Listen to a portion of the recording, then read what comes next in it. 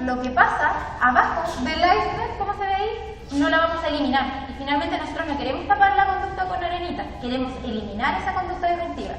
Por lo tanto, tenemos que detectar cuál fue el cambio que hubo en el ambiente, en las personas que pueden estar interactuando, quizás en la ropa que yo estoy usando, que genera ese cambio.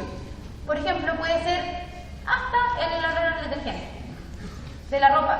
Puede ser que cambié de lado el plumón de su cama. Puede ser que no le avisé que pinté la pared de otro color. Y para él es complicado porque no sabe el origen del cambio. No sabe qué pasó, por qué está así, yo no lo vi, en qué momento sucedió. Y eso a él lo descompensa. Por eso es importante siempre quizás conversar con el papá, con el abuelo o con las personas que están en el minuto que se produjo esa dificultad. ¿Qué cambios hubo en el ambiente? Es súper importante porque esta es una estrategia que los papás no usan porque no la saben. Y finalmente los papás o los terapeutas que llevan muchos años con los niños saben cómo son. Porque ustedes me pueden decir ahora, mi hijo hace esta cosa, no sé qué, pero yo no lo conozco. Y el terapeuta quizá, o el médico que lo está viendo, lo vio 40 minutos, tampoco lo conoce. No tiene un perfil del niño. Ustedes sí lo tienen. Entonces, esas potencialidades son las que tienen que usar al momento de tener una dificultad con sus niños. Después, esto también es muy importante para el trabajo de terapeutas y para la familia. Para yo poder hacer una modificación conductual, primero tengo que tener un ambiente estable conductualmente, o si quiero hacer una modificación mental, tengo que tener un ambiente estable. ¿Por qué? Porque tengo que priorizar esos cambios. Si yo digo, voy a cambiar que él se vista solo, que se abroche los zapatos, que se bañe solo, es demasiada información. Que tengo que priorizar lo que yo creo como papá, como terapeuta, en conjunto, si es que el niño va a terapia, o que la familia, o que el colegio solicite, es lo más importante. Yo parto de esa base. Lo que yo creo que mi hijo, o mi sobrino, o mi nieto necesitan. No lo que yo espero del mundo, o lo que el mundo espera de él, porque eso es muy avanzado. Lo que él necesita. Para partir siempre es lo que él necesita para desenvolverse. Por lo tanto, yo tengo un ambiente estable 1, 2, 3 semanas y hago el cambio a través de la anticipación, que la vamos a conversar más adelante. Yo empiezo a anticipar que va a haber un cambio, genero el cambio, así de estructurado porque ellos son estructurados. Y yo observo ese cambio, cuáles son las reacciones, si le gustó o no le gustó el cambio, si quizás tengo que hacer esa tarea más discriminada y hacer el cambio de forma más paulatina y más de tallerías más pequeñas. Y después que el niño logre ese cambio, que puede ser algo muy pequeño o algo muy grande, estabilizo el ambiente otra vez y genero un nuevo cambio. Si ustedes lo hacen todo a la rápida, van a tener una respuesta horrible, pero horrible, porque yo creo que todos los papás lo han comprobado y todas las familias, que si hay un cambio muy rápido, la respuesta del niño, aparte de ser negativa y una negación, y no lo va a hacer bajo ninguna circunstancia, al final va a ser retroceder más que avanzar.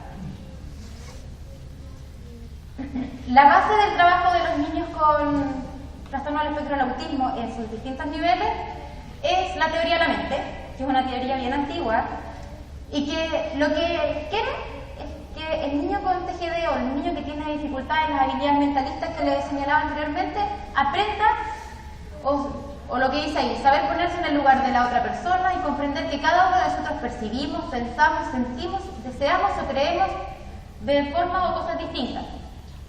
Entonces, esa es la teoría de la mente, que la pueden buscar en internet, que es bien conocida, y yo la reflejo a través de como esquema. En realidad es una pauta de una prueba que presenta a Sally y Ann, que son dos niñas.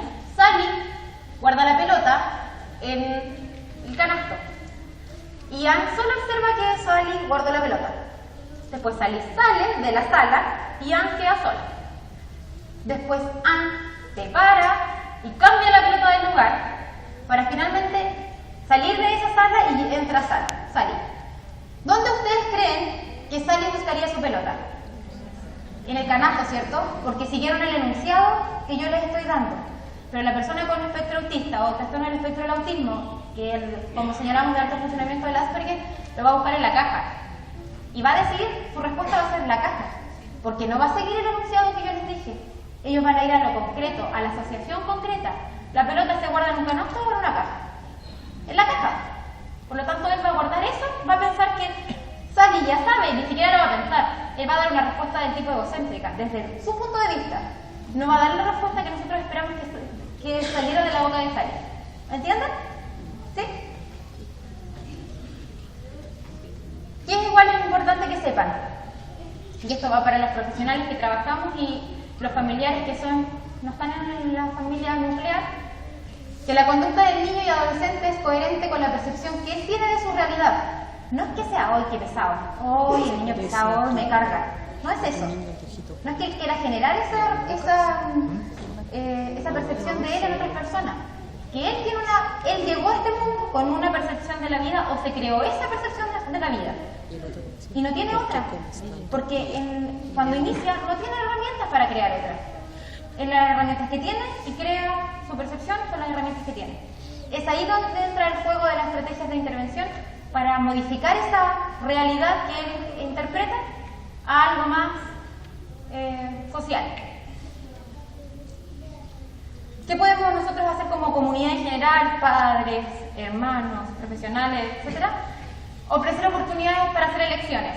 Como les señalaba antes, su vida es una caja y esa caja tiene todas sus preferencias. Si nosotros no damos la oportunidad para hacer elecciones, esa caja sigue igual. Pero si nosotros le ofrecemos otras actividades, le ofrecemos otro dulce, le ofrecemos otro juguete, otro tipo de ropa, porque hay otros niños que les gusta ese buzo azul y se pone lunes, martes, miércoles, jueves, viernes, sábado, domingo, ese buzo azul, le ofrecemos el buzo, o quizás le ponemos el buzo, el verde. Da lo mismo, ya, para generar el cambio de repente hay que romper el esquema y le digo, el día antes, hoy te puse el buzo azul, pero mañana vamos a poner el buzo verde porque no me quedan buzos azules. Y le ofrezco otro buzo, quizás a él le va a gustar y va a decir, el buzo azul no era el único que me gustaba. Y así vamos a ir rompiendo este esquema de inflexibilidad mental. Organizar su tiempo libre. ¿Por qué? Porque no sé si acá la tendencia de niños escolarizados, que debería ser alta porque las personas con síndrome de Asperger tienen muchas habilidades, van al colegio en la mañana, llegan al mediodía, si tienen clase jornada completa a las 3 de la tarde, y después almuerzan, se cambian ropa y la televisión, el computador, hasta las 8 de la noche. Y esa es toda su estructura mental. Entonces, si yo no organizo, yo no ayudo a organizar, o si mi hijo es pequeño y yo no le formo otra estructura, vamos a tener niños que bajo cualquier regla no van a querer salir de su casa. Y nosotros tenemos que estructurar para que ellos puedan tener otras elecciones, tenemos que cambiar y organizar nuevos ambientes. Quizás esos ambientes a través del tiempo ir cambiando. Hoy día, un mes vas a salir al parque, pero el otro mes vas a ir a teatro. O el otro mes vas a ir a jugar a la pelota. Y así, cambiar. Porque nosotros tenemos que darle la oferta para que ellos se involucren con otras cosas.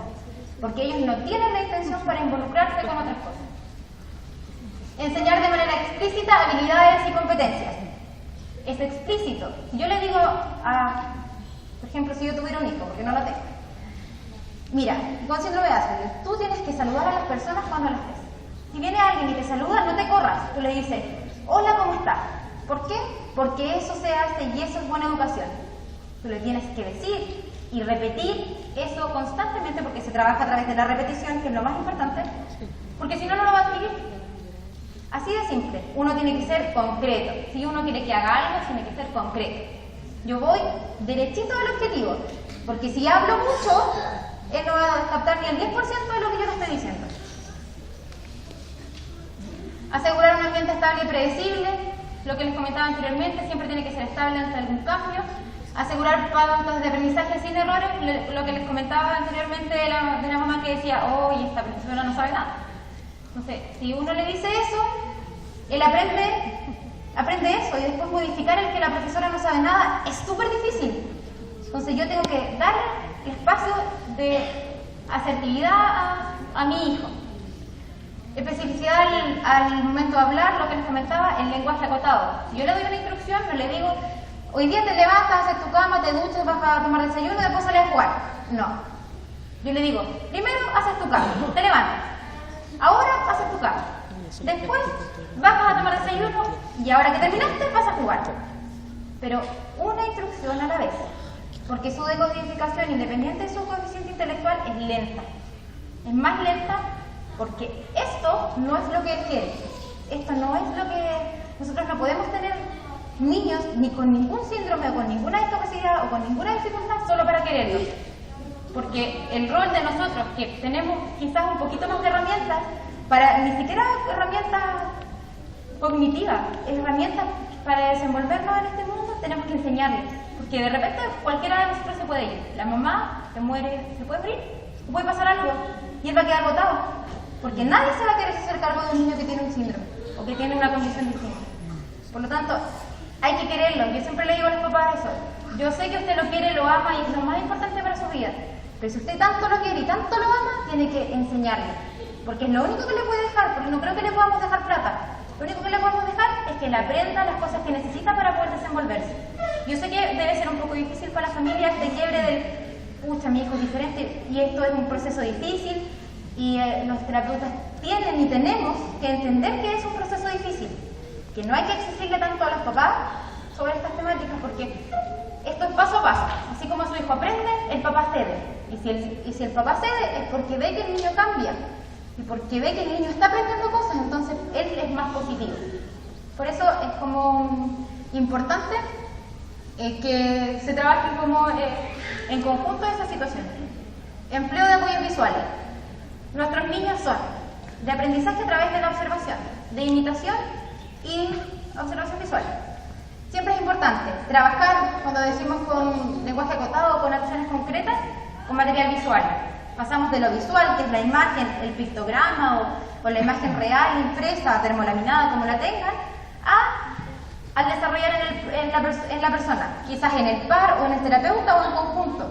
Pero yo parto a través de la observación porque yo necesito ver lo que tengo que hacer. Así lo piensan ellos. Yo necesito ver lo que tengo que hacer, porque si no lo veo, no lo voy a entender. Ellos son concretos. Lo más importante es que ustedes sepan que ellos son concretos. Las reglas sociales hay que enseñárselas de forma concreta, como se las comenté, y descomponer las tareas en pasos más pequeños, lo que les decía. No le podemos dar las actividades de la vida diaria de un día para otro. Quizás una semana vamos a trabajar el aseo personal, o un mes que le aprenda a bañarse bien solo. No porque no tenga la habilidad, es porque es más despistado en esas cosas. Puede que le quede jabón o champú en el pelo, entonces vamos a perfeccionar eso, después vamos a pasar a lo otro, pero en tareas pequeñas. Ya, acá tenemos las principales estrategias, materiales para iniciar el trabajo con síndrome de Asperger. Por ejemplo, las emociones. Antes de partir las habilidades conductuales, habilidades cognitivas, partimos con las habilidades conductuales. Y las habilidades conductuales son a través de las emociones, porque yo desarrollo una conducta por la emoción de un estímulo que me desarrolla esa conducta. ¿Me entienden? ¿Sí? Entonces, las emociones es el primer paso de enseñanza. Yo le enseño al niño cómo se ve cuando estoy enojado, cuando estoy triste, cuando el resto está eufórico, emociones básicas, emociones más complejas. Y también él va a aprender cómo tiene que estar cuando está triste. Porque les comentaba anteriormente, se descontextualizan. Quizás está triste y grite, o le pega las cosas, o se ría de risa nerviosa. Entonces, él va a aprender a conocerse y va a aprender a conocer al resto y interpretar lo que al resto también le pasa, que eso es teoría de la mente, lo que les señalaba anteriormente. Acá tenemos un ejemplo de láminas con las que trabajamos allá o trabajo yo en el centro, y yo le pregunto, ¿cómo está él? ¿Está triste? ¿Por qué está triste? ¿O por qué podría estar triste? Y él me va a decir, porque no tomó desayuno, porque, no sé, no durmió mal, lo que me diga. ¿Y por qué más podría estar triste? Yo le doy la opción a que él pueda haber más cosas por las que él pueda estar triste, porque yo lo que quiero es ampliar su base conceptual. No quiero que aprenda una sola cosa, quiero que aprenda de esa temática lo máximo que pueda. Posibilidades. Ejemplo, el jueves atendió a un niño que se puso a llorar porque se le quedó su mochila en la casa. La mochila estaba vacía, no tenía nada, pero él sale con su mochila a todas las partes que va. Entonces, se le quedó la mochila y fue porque no fue con la mamá, fue con la abuelita se le olvidó la mochila, y fue una tragedia la mochila, pero una tragedia. Llegó llorando por la mochila. Entonces yo le enseño posibilidades. Puede que hoy día tú traigas tu mochila o puede que mañana no la traigas. Posiblemente la puedes traer. El concepto es lo importante. Porque como él ya sabe que hay algo que conceptualiza eso que siente, ya no es tan inestable. Entonces él se siente más seguro porque algo lo respalda. ¿Sí? El antes y el después. Lo que les comentaba cuando pintaban las paredes o le cambiaste de lado el plumón de la cama. Ellos necesitan saber el origen de lo que pasa. Si yo corto el pasto y él está acostumbrado a ver el pasto muy largo, puede que eso le afecte. Porque hay niños que a esas cosas más visuales le afectan. Hay otros que le afectan más las texturas, o otros los ambientes, o la cantidad de gente, o el que te miren mucho. Entonces yo lo que tengo que enseñarle al niño es el antes y el después, el origen. Antes el pasto estaba largo y después que usé la cortadora de pasto, el pasto está corto. ¿Me entienden? Yo le enseño el origen, siempre el origen, porque ellos necesitan saber de dónde ocurren las situaciones. La anticipación. Cuando tenemos niños que tienen dificultades muy severas en el ámbito de flexibilidad mental y comportamental, que tiene que ver con las conductas estas disruptivas, que por todo se estresan y se equilibran y empiezan los problemas, trabajamos la anticipación. La anticipación es concreta. Yo no le digo a mi hijo, yo no le digo a mi hijo, otro día te voy a comprar el juguete, porque otro día es muy, muy extenso para él, muy extenso. Es como que, y es inestable, porque no es una fecha consistente. Yo le digo, el jueves o para mi próximo pago te voy a comprar el juguete, pero le doy la respuesta.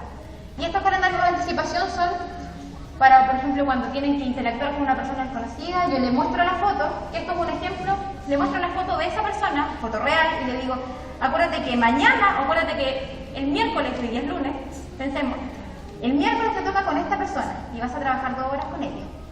Y le muestro el martes, acuérdate que mañana te toca con esta persona. Y el miércoles en la mañana, acuérdate que hoy día te toca con esta persona. Y cuando ya tenemos mucha de esa estructura, hacemos un calendario con fotos reales de las situaciones que pasan en el día. 8 de la mañana te tienes que levantar, 8:30 te tienes que ir al colegio. Tienes ciertas asignaturas en el día, las pongo. Después de la tarde tienes que ir a almorzar. Y así sucesivamente yo le doy sentido a su vida porque él lo ve. Porque que lo haga es abstracto, pero yo veo lo que voy a hacer, por lo tanto yo me siento seguro. Las historias sociales son una técnica que a mí en particular me han dado muchos resultados en el manejo o modificación de conducta. ¿Por qué? Porque la repetición verbal de una modificación de conducta es harto fome para ellos. Es muy fome porque, o yo le digo, recuerda que, no sé, lavarse los dientes en la noche está muy bien, no lavárselo está muy mal. ¿Por qué está mal? Como que igual queda como colgado, no sé si me entienden. Y si yo lo grafico en un cuento con imágenes que quizás sean más relevantes que mi voz, es más fácil que haga esta modificación conductual.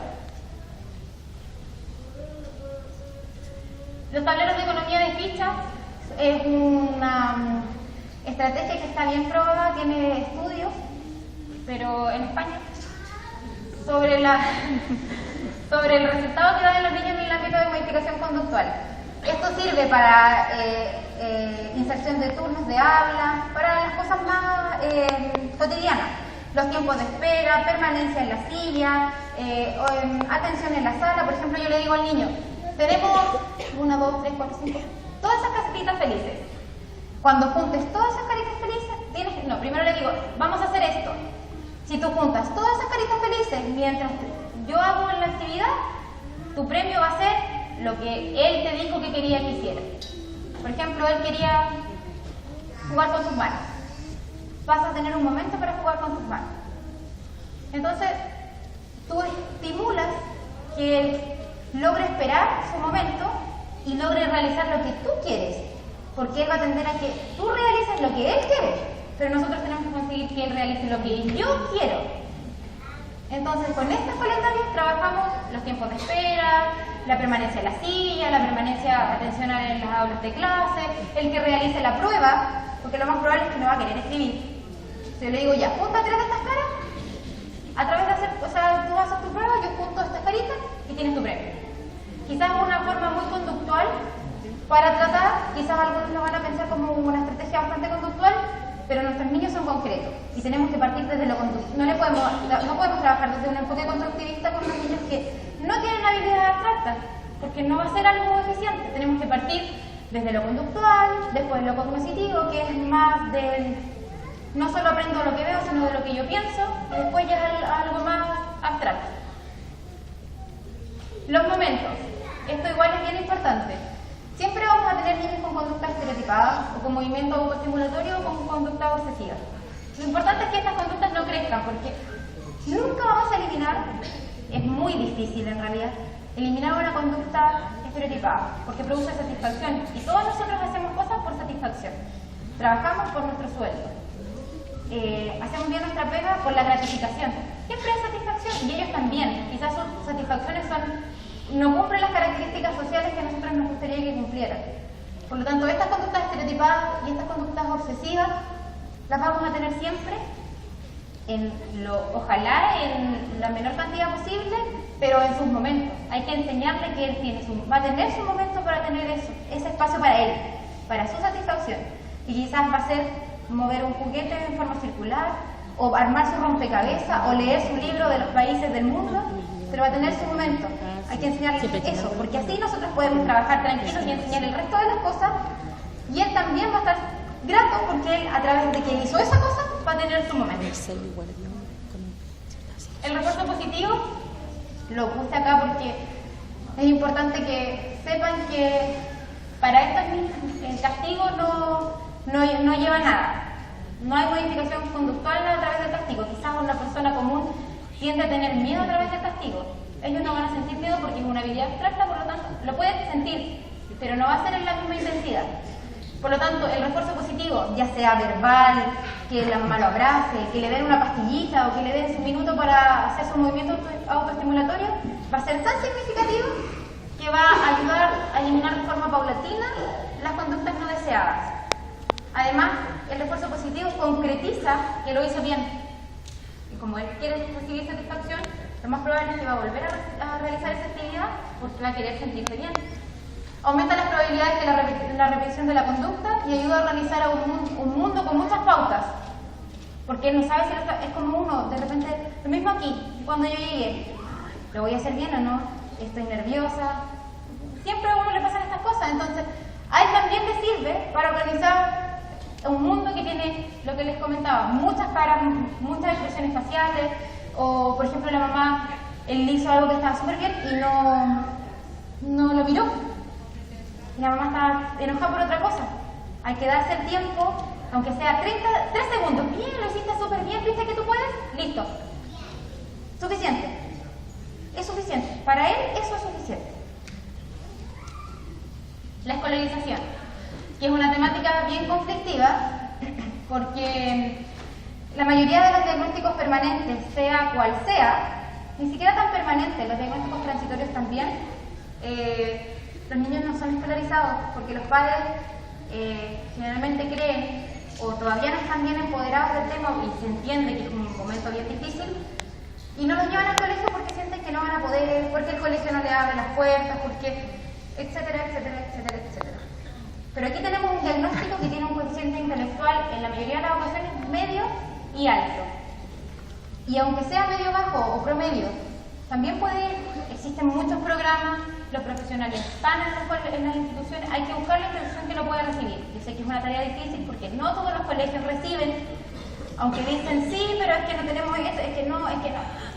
Yo sé que de repente faltan un poquito las herramientas, pero las capacidades para enfrentar el ámbito curricular en la visión cognitiva están, los niños la tienen. Quizás hay que empezar como a escarbar un poquito esas habilidades abstractas que no tienen. Aporta su madurez social. Si él no interactúa, va a seguir siendo un niño de 5 años toda su vida. Él necesita interactuar, independiente que no sea la relación significativa con sus pares, pero va a llegar un momento en que va a tener que hacer clic y va a tener que compararse con el otro. Las personas aprendemos por imitación, y si ve que un compañerito le va bien o hay algo que le gusta de algo, lo va a imitar y va a tener más conductas positivas, porque va a imitar esa conducta positiva. Aumenta el espíritu de superación porque tenemos niños, la mayoría de las ocasiones tenemos niños que no se esfuerzan, que lo más fácil es lo más agradable, por lo tanto no se va a forzar, y si yo no insisto que aprenda a leer, no va a aprender por sí solo. Y bueno, puede enfrentarse a otras realidades y comparar, y la mejor aporte para la interacción social es a través del estímulo. No el estímulo de la familia, porque la familia es un estímulo más, no es que sea malo, es el estímulo más fructífero en los momentos iniciales, pero es monótono, porque sigue los mismos patrones. Pero él necesita ver otros patrones, porque para que rompa su estructura,